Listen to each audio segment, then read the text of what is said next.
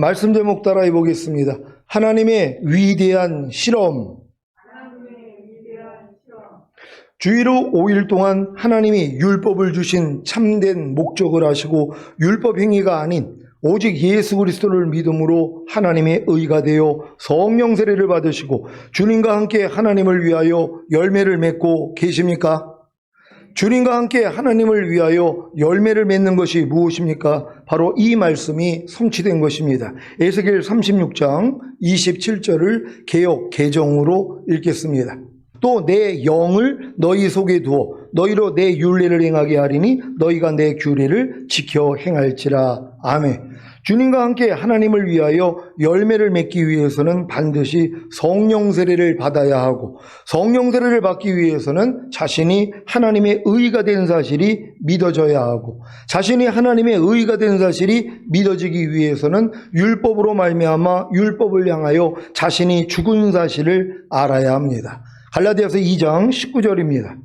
다 같이 읽습니다. 시작. 내가 율법으로 말미암아 율법을 향하여 죽었나니 이는 하나님을 향하여 살려 함이니라. 아멘. 여러분은 자신이 율법으로 말미암아 율법을 향하여 죽은 사실을 알고 계십니까?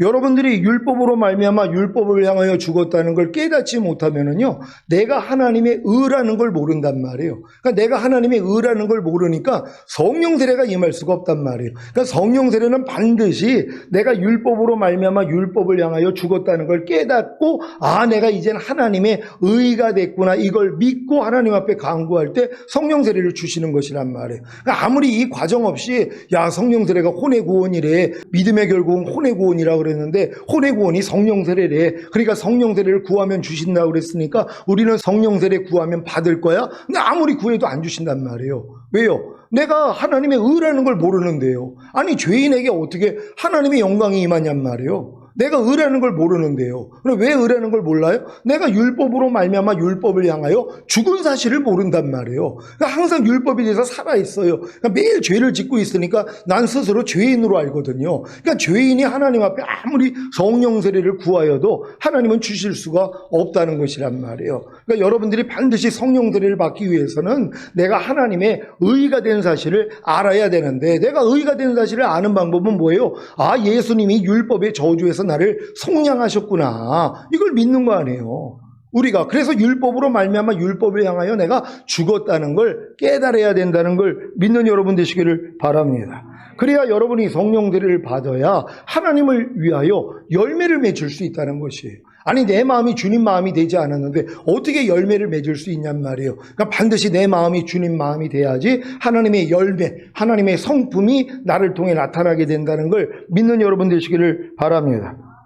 율법으로 말미암아 율법을 향하여 죽었나니라는 말의 의미가 무엇입니까? 먼저 율법으로 말미암아라는 말의 의미부터 살펴보겠습니다. 율법으로 말미암아란 율법이 그리스도의 십자가 사건에서 담당하신 역할을 말합니다. 율법이 그리스도의 십자가 사건에서 담당하는 역할이 무엇입니까? 죄의 삭은 사망이라는 율법에 의하여 율법의 저주를 내린 것입니다.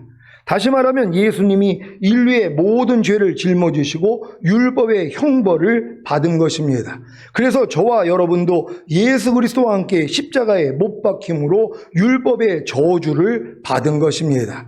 이것이 율법으로 말미암아라는 말의 의미입니다. 이 결과가 무엇입니까? 율법을 향하여 죽었나니입니다. 율법을 향하여 죽었나니란 예수님의 죽으심을 통해 율법으로 말미암아 이미 율법의 형벌을 받은 저와 여러분은 율법을 향하여 죽은 것입니다. 그래서 율법은 이미 예수님과 함께 죽은 저와 여러분에게 더 이상 효과를 발휘하지 못합니다. 이제 더 이상 율법의 멍에를 맬 필요가 없다는 것입니다. 아니, 이미 죽은 사람이 어떻게 율법의 멍에를 맬 수가 있겠습니까? 저와 여러분은 그리스도와 함께 십자가에 못 박힘으로써 죄와 사탄에 대하여 죽고 율법에 대하여 죽고 옛사람인 자아에 대하여 죽고 세상에 대하여 죽었습니다. 이 사실을 믿을 때 비로소 자신이 하나님의 의가 된 사실이 믿어지는 것입니다. 이것이 고린도후서 5장 21절의 성취입니다. 고린도후서 5장 21절 다 같이 읽습니다. 시작. 하나님이 죄를 알지도 못하신 자로 우리를 대신하여 죄를 삼으신 것은 우리로 하여금 죄 안에서 하나님의 의가 되게 하려 하심이니라. 아멘. 여러분은 율법으로 말미암아 율법을 향하여 죽음으로 하나님의 의가 되셨습니까? 그렇다면 모든 사람 앞에서 자신이 하나님의 의가 되었음을 선포하는 표식으로 세례를 받아야 합니다. 이 세례는 자신이 그리스도와 함께 십자가에 못 박힘으로써 죄와 사탄에 대하여 죽고 율법에 대하여 죽고 옛사람인 자아에 대하여 죽고 세상에 대하여 죽은 사실을 믿음으로 자신이 하나님의 의가 된 사실을 모든 사람 앞에서 선포하는 것입니다. 그러니까 이 선포하는 의식으로 이 세례를 받았다면 다 성령 세례 받는단 말이에요. 근데 이런 내용 없이 아무리 세례를 받아도 성령 세례는 임하지 않는다는 걸 믿는 여러분 되시기를 바랍니다. 로마서 6장 3절로 5절입니다. 제가 먼저 읽습니다. 무릇 그리스도 예수와 합하여 세례를 받은 우리는 그의 죽으심과 합하여 세례받은 줄을 알지 못하느냐? 그러므로 우리가 그의 죽으심과 합하여 세례를 받음으로 그와 함께 장사되었나니 이는 아버지의 영광으로 말미암아 그리스도를 죽은 자 가운데서 살리심과 같이 우리로 또한 새 생명 가운데서 행하게 하려 함이니라. 다 같이 만일 우리가 그의 죽으심을 본받아 연합한 자가 되었으면 또한 그의 부활을 본받아 연합한 자가 되리라. 아멘. 이 세례는 성령으로 잉태되시고 탄생하신 예수님이 30세 요단강에서 세례 요한에게 세례를 받으신 세례와 일치합니다. 그래서 세례를 받으시고 물에서 올라오실 때 성령이 임하신 것과 같이 성령으로 거듭난 여러분에게도 이 세례를 받을 때 성령 세례가 임하는 것입니다. 물론 세례를 통하지 않고도 개인이 성령 세례를 위해 기도하거나 성찬식이나 성령 세례 받은 주의 종을 통해 안수를 받아도 성령 세례가 임한다는 사실을 믿으시기를 바랍니다. 하지만 이 성령 세례가 임하는 건 내가 율법으로 말미암아 율법을 향하여 죽었다는 걸 깨닫고 내가 하나님의 의가 된 사실이 믿어질 때 가능하단 말이에요. 근데 이걸 아직도 못 믿고 내가 아직도 율법에 대해서 살아있어요. 그러니까 항상 정죄를 받고 아이고 목사님 나 이렇게 부족함이 많아요. 난 이렇게 죄를 짓고 있어요. 나는 죄인이요. 이런 분들은 세례를 받아도 소용이 없고 안수를 받아도 소용이 없고 기도를 해도 소용이 없고 성찬을 해도 소용이 없다는 것이란 말이에요. 왜요? 아니 이 과정을 겪지 않는데요. 그러니까 내가 반드시 거듭난 다음에 율법 아래 있다가 내가 아무리 율법을 지키려고 해도 안 되는 걸 깨달을 때 아 내가 율법으로 말미암아 율법을 향하여 죽었구나. 내가 그리스도의 몸으로 말미암아 율법에 대해서 이미 죽은 자가 되었구나. 이걸 깨달아야지 내가 의가 된 게 믿어진단 말이에요. 그때 이제 내가 구하거나 안수를 받거나 세례를 받거나 성찬을 하면은 성령 세례가 임한다는 걸 믿는 여러분 되시기를 바랍니다. 성령 세례가 임하면 이때부터 하나님을 향하여 살게 되므로 주님과 함께 하나님을 위하여 열매를 맺게 됩니다. 이 순서를 잘 기억하시고 하나님을 위하여 풍성한 열매를 맺으시기를 바랍니다.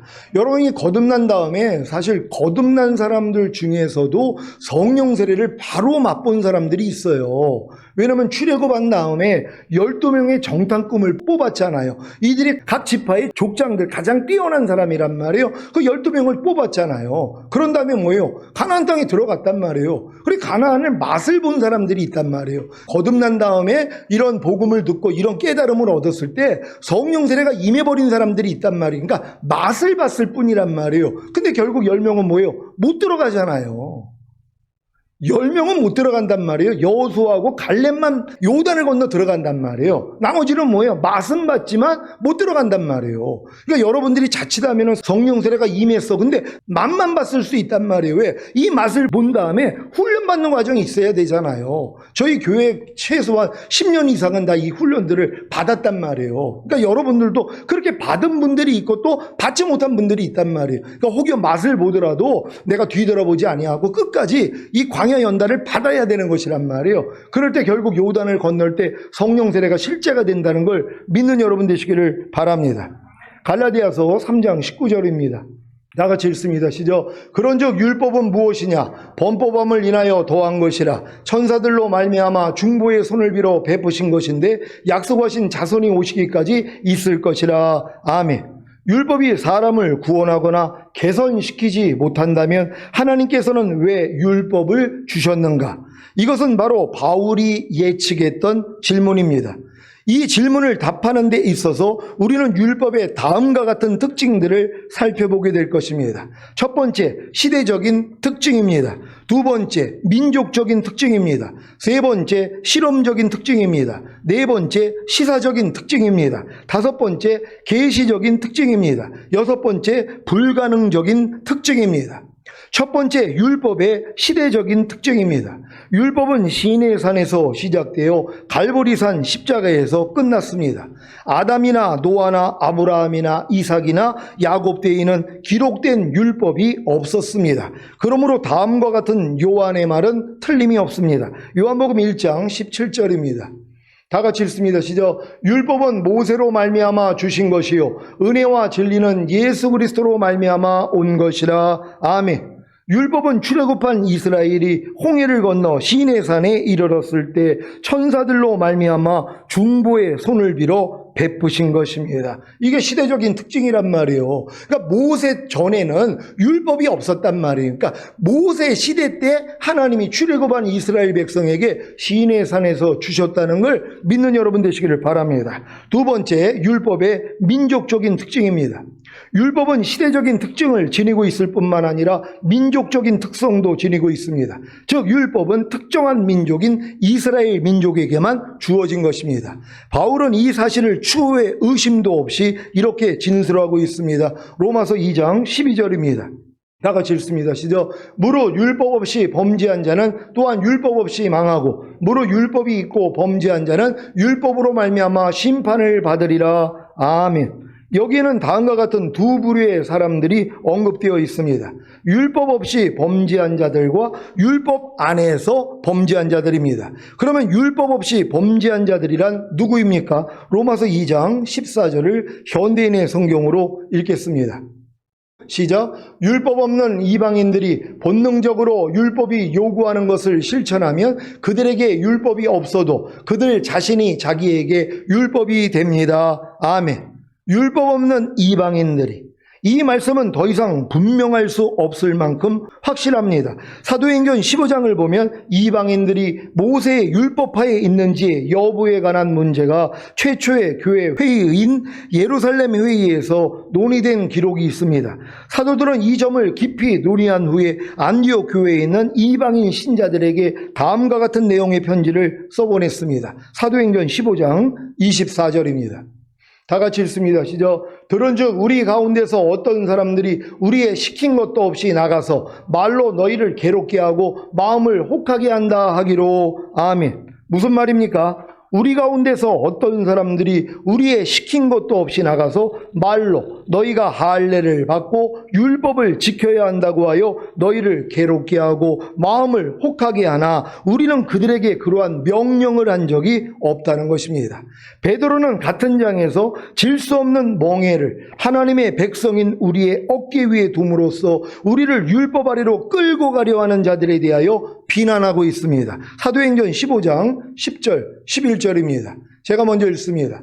그런데 지금 너희가 어찌하여 하나님을 시험하여 우리 조상과 우리도 능히 매지 못하던 멍에를 제자들의 목에 두려느냐? 우리가 저희와 동일하게 주 예수의 은혜로 구원받는 줄을 믿노라 하니라. 아멘. 하나님께서는 인간은 율법의 행위로서는 자신을 구원할 수 없다는 인간의 무능력함을 드러내시려고 이 한민족 이스라엘에게만 율법을 주신 것입니다. 따라서 율법을 주신 것은 시대적이며 민족적이고 또한 실험적인 것입니다. 이러한 사실이 로마서 3장 19절 20절에 분명히 제시되어 있습니다. 제가 먼저 읽습니다.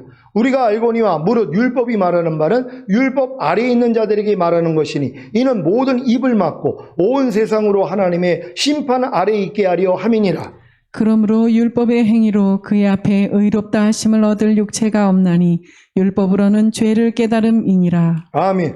이처럼 하나님께서 이스라엘 민족에게 율법을 주신 것은 율법을 통해 구원을 받는다고 가르치고자 하는 모든 사람들의 입을 영원히 막기 위한 것이라고 말씀하십니다.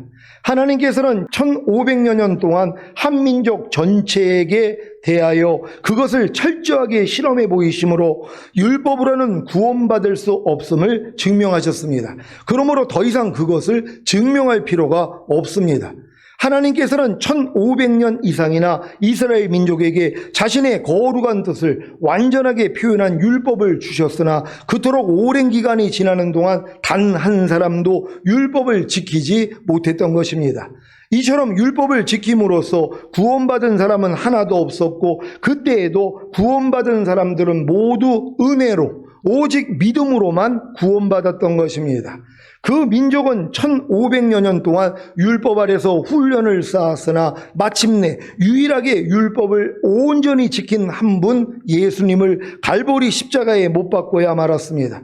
이것은 1500년간의 율법 아래서의 훈련도 인간의 마음을 변화시킬 수 없었음을 단적으로 나타내 보여주는 것이며 인간이 얼마나 부패한 존재이며 날마다 하나님의 은혜를 필요로 하고 있는지를 나타내 보여줄 뿐입니다. 왜냐하면 율법으로는 죄를 깨닫기 때문입니다. 율법에 결점이 있었습니까? 율법이 실패했습니까? 아니, 그렇지 않습니다. 실패한 것은 사람입니다. 율법은 그 일을 완수했습니다.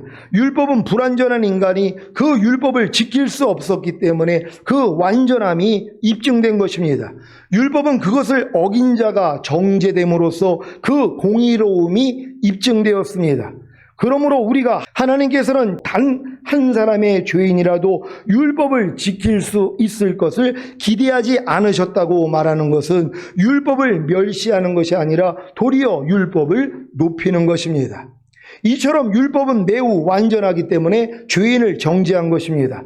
우리는 율법을 헛된 것으로 만듭니까? 아닙니다. 우리는 율법을 확실하게 세웁니다. 로마서 3장 31절입니다.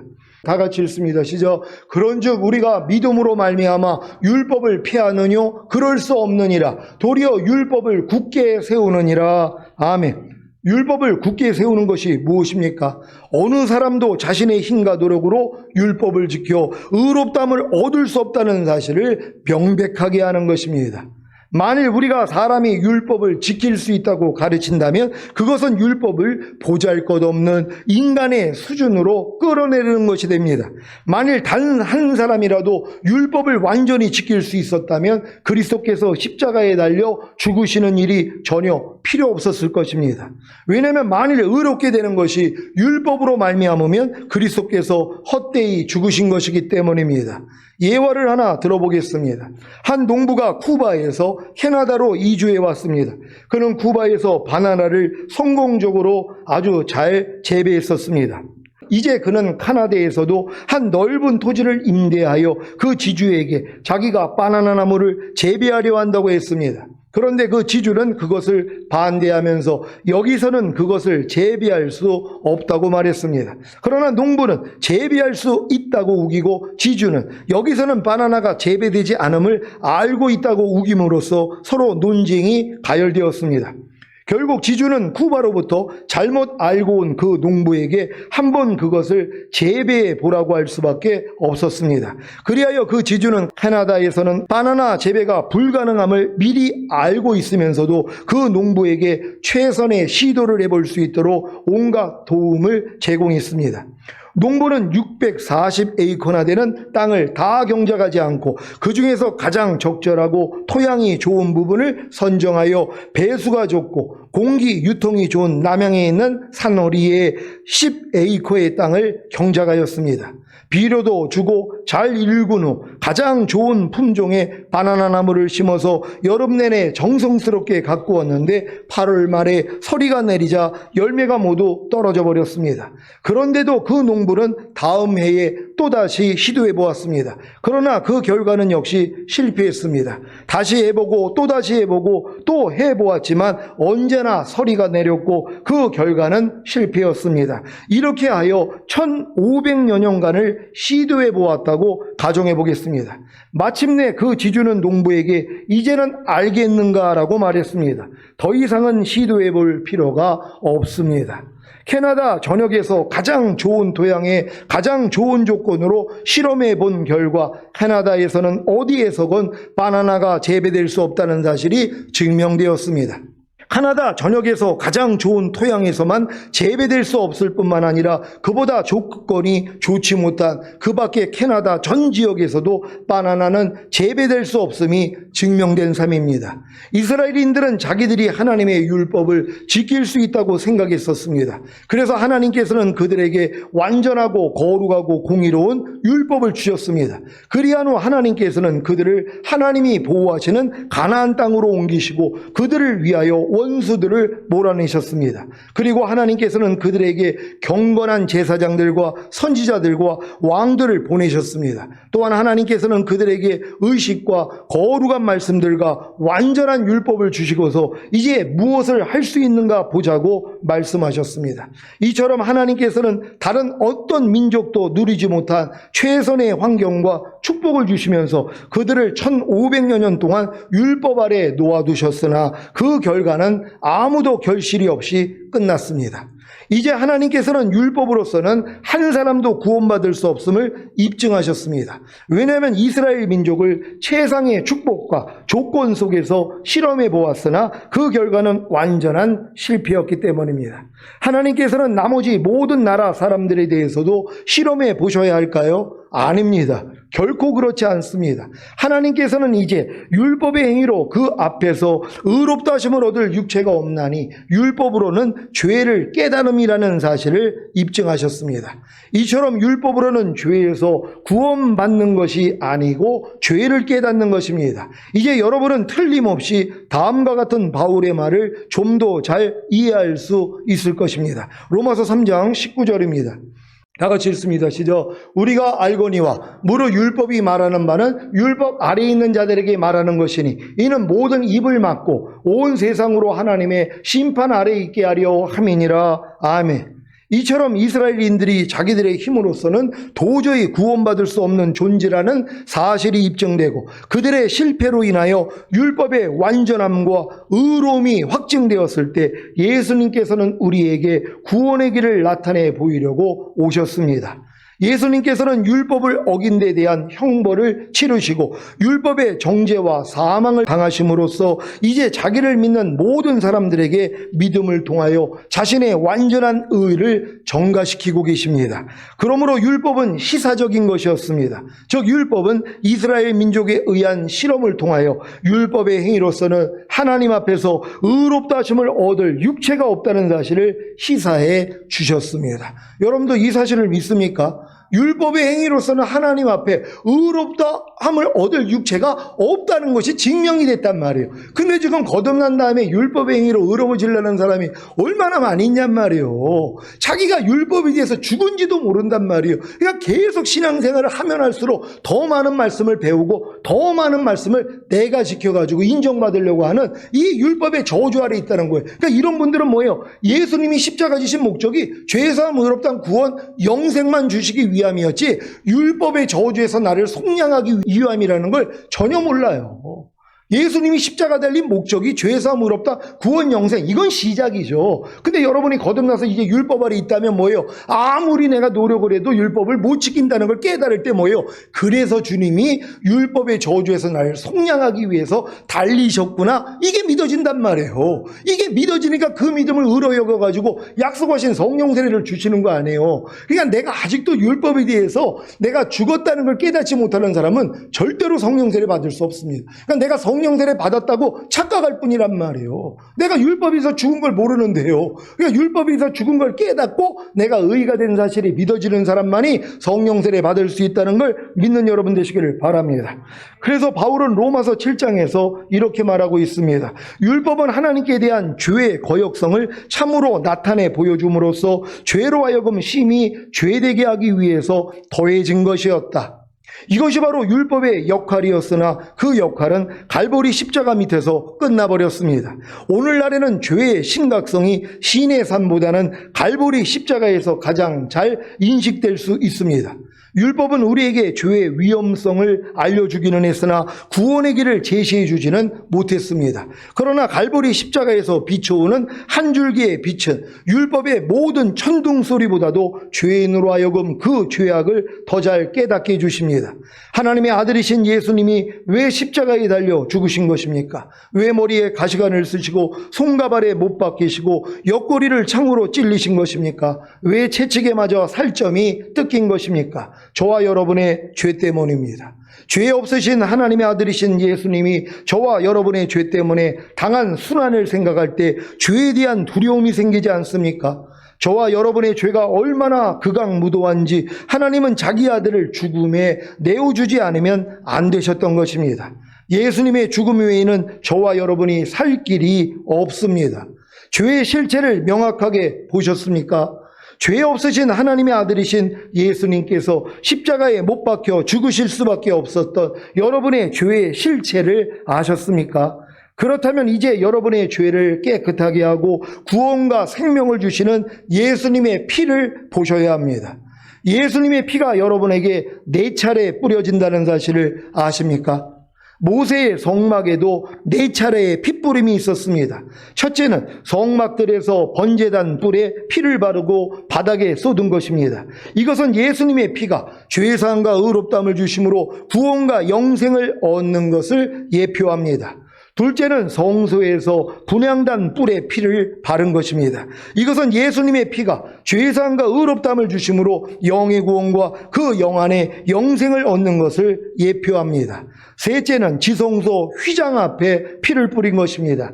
이것은 예수님의 피가 죄사함과 의롭다함을 주심으로 혼의 구원과 그 혼 안에 영생을 얻는 것을 예표합니다. 넷째는 지성소에서 속죄소에 피를 뿌린 것입니다. 이것은 예수님의 피가 죄사함과 의롭다함을 주심으로 몸의 구원과 그 몸 안에 영생을 얻는 것을 예표합니다. 바로 이 피가 언약궤 속에 들어있는 율법을 어긴 데 대한 죄의 형벌인 심판과 죽음을 속하기 위해서 지성소 언약궤의 속죄사 위에 뿌려져야 하는 그 피였으며 거룩하고 의로우신 하나님과 깨어진 율법 사이에 유일하게 놓여질 수 있었던 속죄의 피입니다. 이 피가 저와 여러분을 위해 흘려진 것입니다. 지금 많은 사람들은 성전 마당에서 번제단에 뿌려지고 땅에 쏟은 그 피밖에는 유익을 못 얻는단 말이에요. 이 피로 인해서 뭐예요? 죄사함 의롭다 구원 영생 얻은 것이란 말이에요. 그 다음에 예수님의 피는 뭡니까? 성소 안에서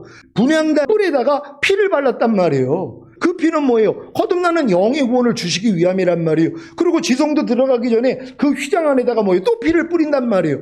지성소 안에 뿌리는 게 아니라 지성소 바깥에서 지성소 휘장을 가리고 있는 그 휘장에다가 피를 뿌린 것이란 말이에요. 그게 뭐예요? 성령 세례 받는 혼의 구원까지 얻는 것이란 말이에요. 그 다음은 뭡니까? 그 안에 지성소 안에 들어가서 언약궤 위에 있는 그 씌은 자 속죄소 위에다가 피를 뿌렸단 말이에요. 그 피를 통해서 뭐예요? 성령 충만까지 얻는 것이란 말이에요. 이 피까지는 우리가 지금 뿌려져 있어야 된단 말이에요. 지금 많은 사람은 성전 마당에서 피 뿌리는 걸로 만족하고 있단 말이에요. 이 단계에서는 거듭나지도 못한단 말이에요. 거듭났다는 건 이제 성소 안에 들어가서 분향단에다가 피를 뿌려야 되는 것이에요. 이 사람들은 거듭나는 영의 구원까지 받죠. 그런 다음에 뭐예요? 그 휘장에다가 피를 뿌려야 되는 것이란 말이에요. 그래야지 성령 세례 받는 혼의 구원을 받고 그 안으로 들어가서 이제 시은 자, 언약궤 위에 있는 시은 자, 속죄소 위에다가 피를 뿌려야 되는 것이란 말이에요. 그래야지 충만까지 들어간다는 걸 믿는 여러분 되시기를 바랍니다. 그래서 4차례의 피를